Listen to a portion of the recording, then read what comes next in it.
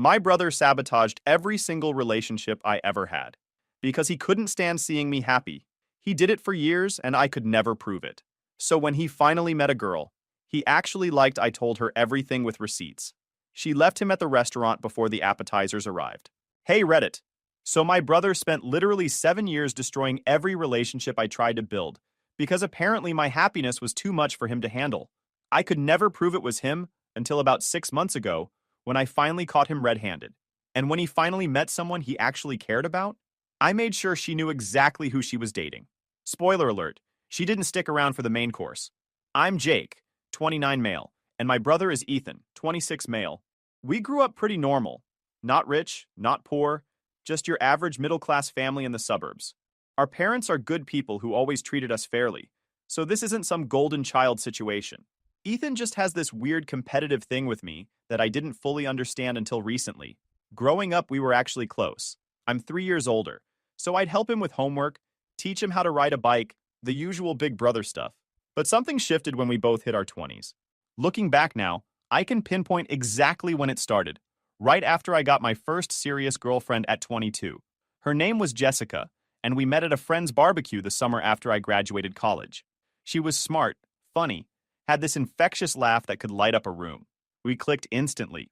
For the first few months, everything was perfect. I introduced her to my family around month 3, and everyone seemed to like her. Ethan was especially friendly. Maybe too friendly, but at the time I just thought he was being a good brother. Things started getting weird around month 5. Jessica began acting distant. She'd take forever to respond to texts, cancel plans last minute, and just seemed uncomfortable around me. When I asked what was wrong, she'd say everything was fine, but I could tell something was off. Then one day, out of nowhere, she broke up with me, said she didn't think we were compatible long-term, and that she'd been having doubts for a while. I was crushed, but I respected her decision and moved on. Or tried to, anyway. 6 months later, I met Amanda at a work conference. She was an accountant for a different firm, and we bonded over our mutual hatred of Excel spreadsheets and overly long meetings. We started dating, and again, everything was great for the first few months. I introduced her to my family, including Ethan. He was charming as always, asking her about her job, making jokes, being the fun younger brother. Same pattern as before. Around month 4 or 5, Amanda started pulling away. She became secretive with her phone, stopped wanting to hang out with my friends, and eventually told me she thought we should see other people. I asked if there was someone else, and she swore there wasn't. She just said she didn't see a future with us. 2 relationships, same outcome. I figured maybe I was the problem. Maybe I was doing something wrong that pushed women away after a few months. I talked to my friends about it, tried to figure out what I was missing. They all said I seemed like a great boyfriend, attentive, respectful, supportive. But clearly something wasn't working. Then came Rachel. Met her at a coffee shop where she worked as a barista. We started talking, exchanged numbers, and began dating about a year after Amanda and I split. Rachel was different, or so I thought. She was more outgoing than my previous girlfriends, had a tight group of friends, and was really into hiking and outdoor stuff. I started going on hikes with her, got into better shape, and felt like maybe this time things would work out. You can probably guess what happened next. Introduced her to the family around month 3. Ethan was his usual charismatic self. And like clockwork, around month 5, Rachel started acting weird. But this time, something was different. This time, I noticed Ethan had been texting more than usual. He'd always have his phone face down on the table during family dinners, and he'd excuse himself to take calls. I didn't want to be paranoid, but I couldn't shake the feeling that something was off. Still, I had zero proof, and accusing my brother of sabotaging my relationships seemed insane. So I kept my mouth shut and watched as Rachel slowly distanced herself from me before breaking things off 6 weeks later. 3 relationships, 3 identical patterns. I started keeping a mental timeline, and that's when the pieces began clicking together. But again, no proof, just a gut feeling and a series of coincidences that seemed too perfect to be random. I took a break from dating after Rachel, spent about 8 months focusing on work and myself. I got promoted to senior analyst at my firm, started playing basketball with some guys from work, and generally just lived my life. During this time, Ethan met someone named Brittany. They dated for a few months, but it fizzled out. Same with the next girl, and the one after that. Ethan couldn't seem to hold down a relationship either, which I thought was karma doing its thing. Then I met Kelly. This was about 3 years ago, and she was hands down the best relationship I'd ever had. She was a nurse, had the kindest heart, and we just fit together perfectly. I was genuinely happy for the first time in years. We moved in together after 8 months, and I was seriously thinking about proposing. I made a decision this time. I didn't introduce her to my family right away. I kept making excuses about scheduling conflicts, said my parents were busy, whatever I could think of to delay the inevitable family dinner. Kelly thought it was weird, but she didn't push it. This went on for almost a year. And during that year, everything was perfect. No drama, no sudden distance, no mysterious breakup. We traveled together, talked about our future, looked at houses we might want to buy someday. I started thinking maybe I'd been wrong about Ethan. Maybe those other relationships just weren't meant to be. But Kelly really wanted to meet my family. She started getting hurt that I kept making excuses, said it felt like I was ashamed of her or hiding her from them. I wasn't, obviously. I just had this nagging paranoia that wouldn't go away. Eventually, I ran out of excuses and set up a family dinner at my parents' place. The dinner itself went fine. My parents loved Kelly, thought she was wonderful, told me I'd found a keeper. Ethan was polite but not overly friendly, which I actually took as a good sign. Maybe he'd grown up. Maybe he'd changed. Maybe I really had been paranoid this whole time. 2 weeks after that dinner, Kelly started acting different. She became secretive, stopped talking about our future together, and seemed distracted all the time. I felt that familiar sinking feeling in my gut. When I confronted her about it, she initially denied anything was wrong. But I pressed harder this time, told her I could tell something had changed, and I needed to know what it was. She finally admitted she'd been having doubts about us, said she wasn't sure if we wanted the same things anymore, that maybe we'd moved too fast. I asked where this was coming from. We'd literally been talking about buying a house together 2 weeks ago. She couldn't give me a straight answer, just kept saying she needed space to think. We broke up 3 weeks later. I was devastated. This wasn't like the others. Kelly and I had built a real life together. We had shared furniture, shared bills, shared dreams, and it all fell apart right after she met my family.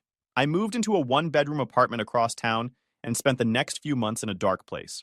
My friends tried to get me out of the house, but I wasn't interested. I threw myself into work, pulled 60-hour weeks, and basically became a hermit. During one of these late nights at the office, I got a text from an unknown number. It was Jessica, my first serious girlfriend from 7 years ago. She said she needed to talk to me about something important and asked if we could meet for coffee. I was confused but agreed.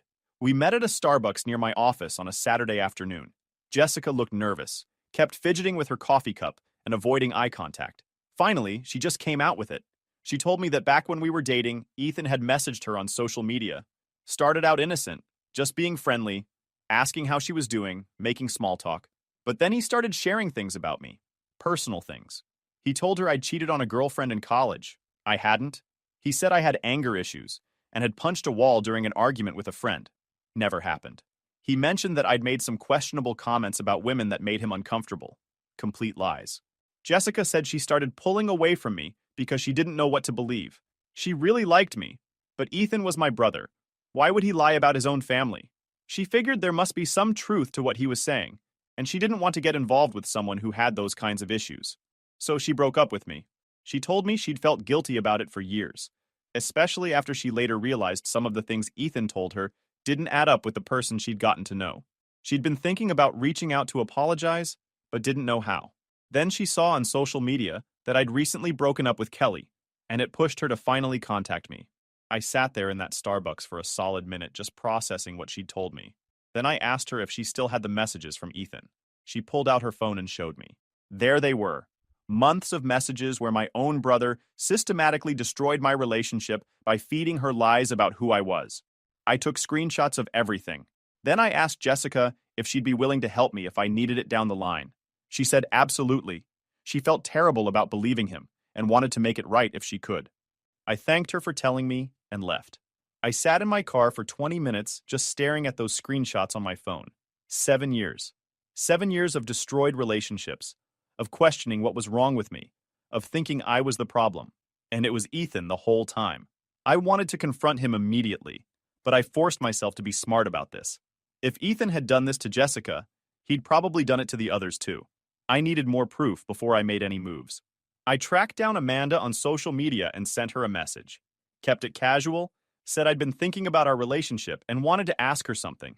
She responded pretty quickly, said she'd be willing to talk. We met for lunch that week. I didn't tell her what Jessica had revealed. I just asked her honestly why she'd broken up with me. She was hesitant at first, but eventually opened up. Same story as Jessica. Ethan had reached out to her, acted friendly and concerned, then started dropping hints that I wasn't who she thought I was. He told her I'd been talking about her behind her back, saying I didn't think she was smart enough for me. Never said anything remotely close to that. He mentioned I'd been on dating apps even though we were together. Wasn't true. He made her doubt everything about our relationship until she couldn't take it anymore. I showed her the screenshots from Jessica. Amanda's face went white. She started apologizing, saying she should have talked to me directly instead of believing Ethan. I told her it wasn't her fault. Ethan was a master manipulator, and he'd played on her insecurities perfectly. Amanda also had messages. More screenshots from my collection. I tried reaching out to Rachel next, but she'd moved to another state and never responded to my messages. That was fine.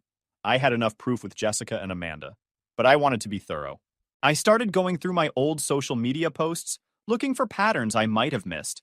Every single relationship that failed, Ethan had been unusually active on social media right around the time things started going south.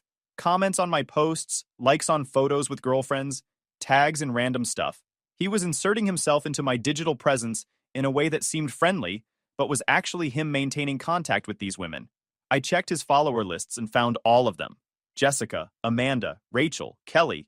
He was still following them all. They'd all unfollowed him back at some point, but he never unfollowed them. It was like he was keeping tabs on what happened to them after he destroyed their relationships with me. I spent hours documenting every interaction, creating a timeline that showed exactly how his involvement correlated with the deterioration of each relationship. The pattern was undeniable once I laid it all out visually. Each relationship lasted almost exactly the same amount of time before falling apart. Each one had the same arc: initial happiness, meeting family around month 3, Ethan becoming friendly with them, then the slow decline starting around month 4 or 5. Then I did something I'm not proud of, but desperate times and all that. I created a fake social media account. Different name, different photos, made it look like a real person. I used stock photos, created a whole backstory. Said he worked in sales, lived 2 towns over, was into running. I friended random people to make it seem legitimate, posted generic stuff about weekend plans and food, built up a believable profile over a few weeks. I even joined local groups and made comments here and there to establish the account as real. It took almost 3 weeks to make it look authentic. I commented on news articles, shared a few memes, liked posts from the random people who'd accepted my friend requests. Then I sent a friend request to Ethan. He accepted within a day. I started chatting with him as this fake person. Nothing suspicious, just normal conversation. Commented on one of his posts about a basketball game, then sent him a direct message about it. We went back and forth about sports for a bit. Then I waited a few days before messaging again, asking his opinion on some local restaurants since I'd just moved to the area. He gave me recommendations, seemed happy to help. I built up the rapport over 2 weeks. Little conversations here and there, nothing too frequent or intense. Just enough to establish that we were friendly acquaintances.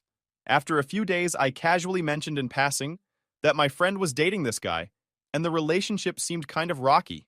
Asked if he'd ever dealt with relationship drama, since he seemed like a good guy to get advice from. That opened the floodgates. Ethan started telling me about his own dating experiences, how relationships were complicated, how people weren't always who they seemed to be.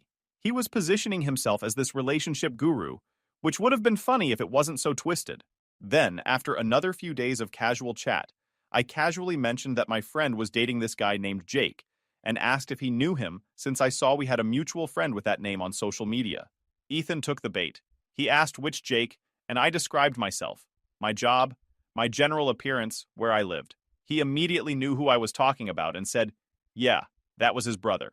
Then he started talking. Oh man, did he start talking? He told this fake person that I was bad news. Said I had commitment issues, that I'd cheated on multiple girlfriends, that I was emotionally manipulative and controlling. He said he'd tried to warn women about me before, but they never listened until they saw it themselves. He painted himself as this concerned brother who just wanted to protect innocent women from my toxic behavior. I screenshot everything, every single message. The fake account conversation was the final piece I needed, proof that this wasn't just about those specific relationships. This was a pattern. This was intentional. This was who Ethan really was. I sat on this information for a few weeks, trying to decide what to do with it. Part of me wanted to go scorched earth immediately, send the screenshots to our parents, post everything online, burn his life down the way he'd burned mine. But I'm not that guy. I don't act on emotion. I wait for the right moment. That moment came about 4 months ago. Ethan met someone named Lauren. They had been dating for maybe 6 weeks when I first heard about her, and I could tell this one was different. Ethan actually talked about her at family dinners. He smiled when he got texts from her.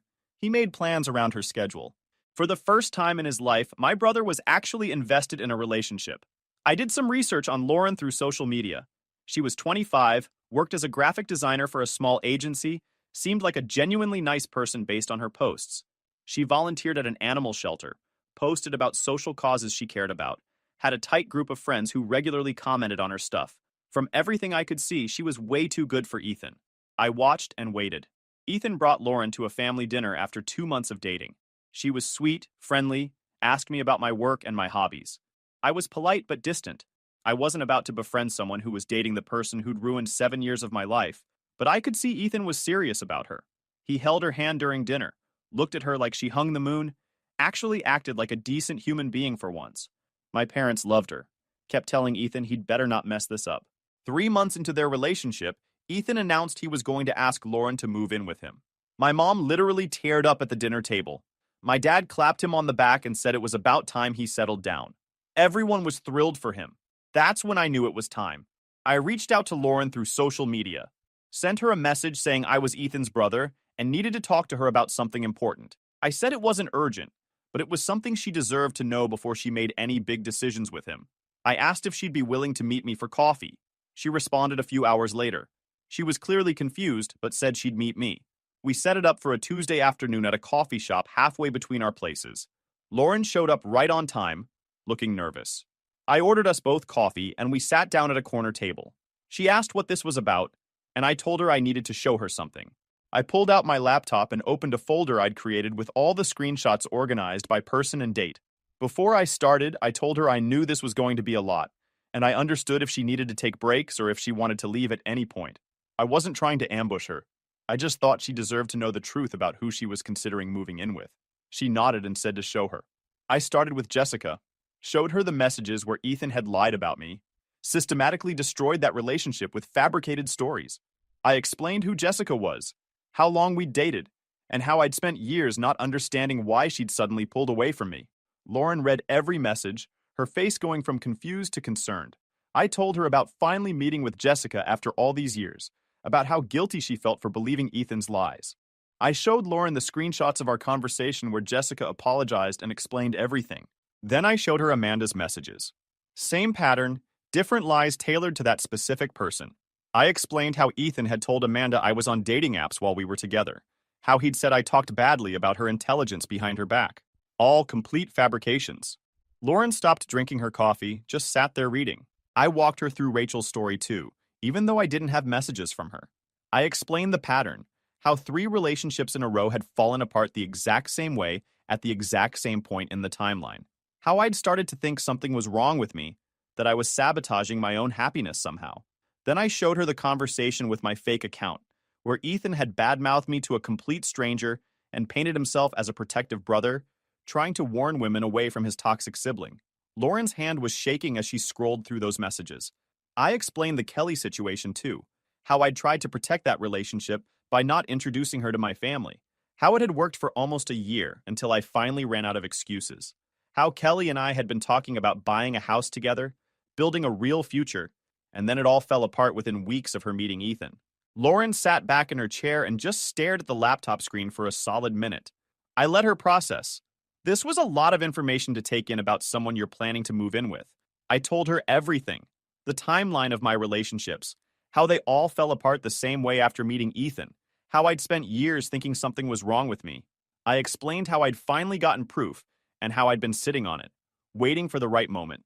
I looked her in the eye and said, I didn't know if Ethan had changed. Maybe he had. Maybe his relationship with her was genuine and he'd become a better person, but she deserved to know who he'd been and what he was capable of before she moved in with him. Lauren didn't say anything for a long time. She just stared at my laptop screen, scrolling through the messages. Finally, she asked if she could take photos of the screenshots. I said absolutely, and sat there while she photographed every single one. Then she asked me why I was telling her this now. I was honest. I told her I'd been waiting for him to actually care about someone the way he'd prevented me from caring about anyone. I wanted him to feel what I'd felt. I wanted him to lose something that mattered. But I also told her it wasn't just about revenge. She seemed like a genuinely good person from everything I could see, and I didn't want her to make a huge life decision based on a false impression of who Ethan was. Moving in with someone is a big deal. She deserved to know the full picture. She asked if there was any chance I was making this up, if maybe I had some weird grudge against Ethan. I told her to contact Jessica and Amanda herself if she wanted verification. I gave her their contact information from the screenshots. I said I understood this was a lot, and she had no reason to trust me over her boyfriend, but the proof was there if she wanted to verify it. She nodded slowly, said she understood. Then she asked if she could have some time to think about what to do with this information. I said, of course, gave her my number in case she had questions, and we parted ways. I didn't hear from her for 3 days. Didn't hear from Ethan either, so I assumed she hadn't told him about our conversation. I started wondering if maybe she'd decided to give him a chance anyway, or if she thought I was lying and making everything up. During those 3 days, I barely slept. I kept checking my phone, wondering if I'd made a mistake. Maybe I should have just let it go. Maybe revenge wasn't worth potentially making me look like the bad guy in my family's eyes if Lauren decided to tell Ethan and he spun it as me being jealous or vindictive. But then I'd remember those 7 years. I'd remember crying in my apartment after Kelly left, convinced I was fundamentally broken somehow. I'd remember all the self-help books I'd read trying to figure out what was wrong with me. All the times I'd questioned my own worth because relationship after relationship fell apart for reasons I couldn't understand. No, I'd made the right call. Lauren deserved the truth, and Ethan deserved to face consequences for what he'd done. Then, on Friday evening, I got a text from Ethan. All it said was, "We need to talk, now." I called him. He picked up on the first ring and immediately started yelling. Called me every name in the book, said I'd ruined his life, asked how I could do this to him. I stayed calm, asked him what he was talking about. He said Lauren had broken up with him. They'd gone to dinner at this nice Italian place he'd made reservations at weeks ago. He was planning to give her a key to his apartment over dessert, make the moving in together thing official. But before the appetizers even arrived, Lauren started asking him questions. She asked him about Jessica, about Amanda, about the fake social media account. She pulled out her phone and showed him all the screenshots I'd given her. Right there in the middle of the restaurant, she laid out every lie he'd told, every relationship he'd sabotaged, every manipulation he'd orchestrated. Ethan tried to deny it at first, said I'd fabricated everything, that I was jealous of his happiness, that he'd never do something like that. But Lauren had done her homework. She'd reached out to Jessica and Amanda herself after meeting with me, verified the stories independently. She'd even tracked down Rachel somehow and got confirmation from her too. Lauren told him she couldn't be with someone capable of that level of cruelty toward their own brother. She said she didn't care if he'd changed or if he was different now. The fact that he'd done it at all was enough. She put $60 on the table for her half of the meal they hadn't eaten, told him to lose her number, and walked out. Ethan sat in that restaurant alone for 20 minutes before he left. Then he called me. I let him yell for a while. When he finally ran out of steam, I asked him if he was done. He went quiet. Then I asked him if he remembered Jessica, Amanda, Rachel, Kelly. Asked him if he remembered what he'd done to each of them. Asked him if he'd ever once considered what that did to me. He didn't answer. I told him I'd spent 7 years thinking something was wrong with me. 7 years of failed relationships, of self-doubt, of wondering why I couldn't make things work with good women. 7 years of him playing puppet master with my life, while pretending to be a supportive brother. I said I'd given him chance after chance to come clean, to apologize, to show literally any remorse for what he'd done. Instead, he'd kept doing it. Even with Kelly, the one I'd tried so hard to protect from him, he'd found a way to destroy it. Ethan started trying to explain himself, said he didn't know why he did it, that he was jealous of how easy relationships seemed to come to me, that he felt like I had everything figured out while he struggled. He said he never meant for it to go as far as it did, that it started as a stupid joke and then spiraled. I cut him off, told him I didn't care about his reasons. I didn't care if he was sorry. I didn't care if he'd changed. All I cared about was making sure he felt a fraction of what I'd felt every time a relationship fell apart for reasons I couldn't understand. I said Lauren was a good person who deserved better than him, and I was glad I could save her from making the mistake of moving in with someone who could do what he'd done. Then I hung up. My parents called me the next day. Ethan had told them some version of events that painted me as the villain. They wanted to hear my side. I sent them all the screenshots, the testimonies from Jessica and Amanda, the full timeline. I laid it all out. My mom cried. My dad got quiet in that way he does when he's really disappointed in someone. They said they needed time to process everything, But they believed me. They could see the evidence was overwhelming. That was 2 months ago. Ethan and I haven't spoken since that phone call. My parents have tried to facilitate some kind of reconciliation, but I've made it clear I have zero interest in rebuilding a relationship with him. Some things you don't come back from, and 7 years of sabotage is one of them. My mom told me last week that Ethan's been struggling. He apparently tried to reach out to Lauren a few times, but she blocked him on everything. He's been miserable at family dinners, barely talks to anyone. My mom thinks he's genuinely remorseful now and wants to make amends. I don't care. He had years to be remorseful. He had countless opportunities to stop, to come clean, to be an actual brother instead of whatever he was. He only feels bad now because he finally faced consequences for his actions. As for me, I'm doing okay. I started seeing someone new about a month ago. Her name is Nicole, and she's a veterinarian who specializes in exotic animals. We met at a friend's birthday party, and we've been taking things slow. I told her about the whole situation with Ethan on our third date. Figured she deserved to know what kind of family drama she might be walking into. Nicole's response was perfect. She said any guy who'd go through what I went through and still be willing to trust someone new must be pretty strong. Said she'd like to meet my parents eventually, but she completely understood if I wanted to keep her away from family stuff for a while. I'm planning to introduce her to my parents next month. Just my parents, though. Ethan won't be there. I've made it clear to my mom that any family events I attend, Ethan can't be at. She doesn't love it, but she respects it. Jessica reached out again a few weeks ago. She said she'd heard through mutual friends about what happened with Lauren and wanted to check in. We got coffee again, and she apologized one more time for believing Ethan all those years ago. I told her it wasn't her fault. He was a convincing liar, and she had no reason to doubt him at the time. She mentioned she's engaged now, getting married next spring. Said her fiancé is a good guy who treats her right, and she's learned a lot about trusting her own judgment instead of listening to outside voices. I'm happy for her. She deserves it. Amanda also sent me a message last month. She said she'd been following the situation loosely through Jessica and wanted to know if I was doing all right. I told her I was better than I'd been in years. She said she was glad, and that she hoped I found someone who appreciated me. I told her I think I might have. Rachel never did respond to my original messages, but I'm not worried about it. She's living her life somewhere else, and I'm living mine here. That's fine. Looking back on all of this, I don't regret telling Lauren the truth. Some people might think it was petty or vindictive, but I genuinely believe she deserved to know who she was getting involved with. If Ethan had actually changed and become a better person, maybe their relationship could have survived the truth. The fact that it didn't says more about him than it does about me. Would I have done things differently if I could go back? Maybe. Maybe I would have confronted Ethan sooner, would have dug for proof earlier instead of spending years doubting myself. But I can't change the past. And honestly, I think things worked out the way they needed to. Ethan learned that actions have consequences. Lauren avoided what probably would have been a terrible living situation. And I finally got closure on 7 years of confusion and self-doubt. My friends have been incredibly supportive through all of this. They've known something was off for years but never had proof either.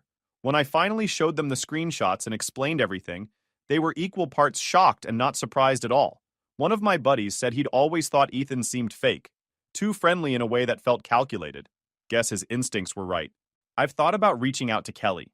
She was the one who hurt the most to lose, and part of me wonders if she'd want to know the truth about why our relationship fell apart. But I don't know if that would help or just reopen old wounds for both of us. She's moved on with her life, and maybe it's better to let sleeping dogs lie. The hardest part of all this hasn't been dealing with Ethan or the aftermath with Lauren. It's been accepting that my brother, someone I grew up with and trusted completely, was capable of such calculated cruelty. That's the piece I'm still processing. People ask me if I hate him. Honestly, I don't. Hate requires energy and emotion that I don't want to waste on him anymore. I'm just done. He's not my brother in any meaningful sense. He's just someone I share DNA with who happened to destroy a significant chunk of my 20s because of his own insecurities. I dealt with everything by throwing myself into work and hobbies. Started playing guitar again, something I hadn't done since college. Joined a recreational basketball league with some guys from work. Kept myself busy enough that I didn't have time to spiral. The guitar thing has actually been great. I'd forgotten how much I enjoyed it, and it's been a good outlet for processing everything. Nicole came over last week and heard me playing. She said I was pretty good, asked if I'd ever thought about joining a band or anything. I laughed and said no, this was just for me. But it was nice to have someone show genuine interest in something I cared about. Work has been going well too. Got another promotion about a month ago. I'm a director now, managing a team of 8 analysts. The extra responsibility keeps me focused during the day, and the pay increase doesn't hurt either. I'm finally in a position where I can think about buying a house instead of renting, which feels like a real adult achievement. My parents invited me over for dinner last week. Just the three of us. No Ethan. We talked about normal family stuff. My dad's golf game, my mom's book club, my new position at work. It felt good to have that back, even if there's still this Ethan-shaped elephant in the room that we're all trying to ignore. Toward the end of the night, my dad asked me what I wanted them to do about family holidays coming up. I told them honestly, I'm not ready to be in the same room as Ethan. Maybe not ever. If they want to split holidays so we each get time with them separately, I'm fine with that. They looked sad but nodded. My mom asked if there was any scenario where I could see forgiving Ethan. I thought about it for a minute before answering. I said maybe if he'd come forward on his own, admitted what he'd done without being forced to, and shown genuine remorse before facing any consequences. There might have been a path forward, but that's not what happened. He only felt bad when his actions finally caught up with him, and that's not real remorse. That's just regret at getting caught. She didn't push it after that. Next week is Thanksgiving, and I'm going to my parents' place on Thursday, while Ethan goes on Friday. Mom's making 2 separate turkey dinners, which seems excessive, but she insisted. Said she wants both her sons to have a real Thanksgiving, even if we can't be in the same room. Nicole's going to her own family's Thanksgiving, but we're planning to meet up that evening and maybe watch a movie or something. She knows family stuff is complicated for me right now and hasn't pushed to be included, which I appreciate. There's no rush. We're taking things at our own pace. I told her about this whole Reddit post the other day. She laughed and said it sounded like something from a movie. I said yeah, except in movies the brothers usually reconcile at the end. She asked if I thought that would happen with us. I said no, and I was okay with that. She kissed me and said she thought I was handling everything really well. So that's where things stand now. Ethan's somewhere being miserable about losing Lauren and facing the consequences of his actions. Lauren's presumably living her best life free from my brother's manipulation. My ex-girlfriends are all moved on with their lives. And I'm here with Nicole, actually happy for the first time in years. Finally free from the sabotage that defined my 20s. Guys, we are so close to hit 100,000 subscribers on this channel. If you are not subscribed to the channel, please consider subscribing. It really helps hit that 100,000 mark. Thanks for making this dream come true.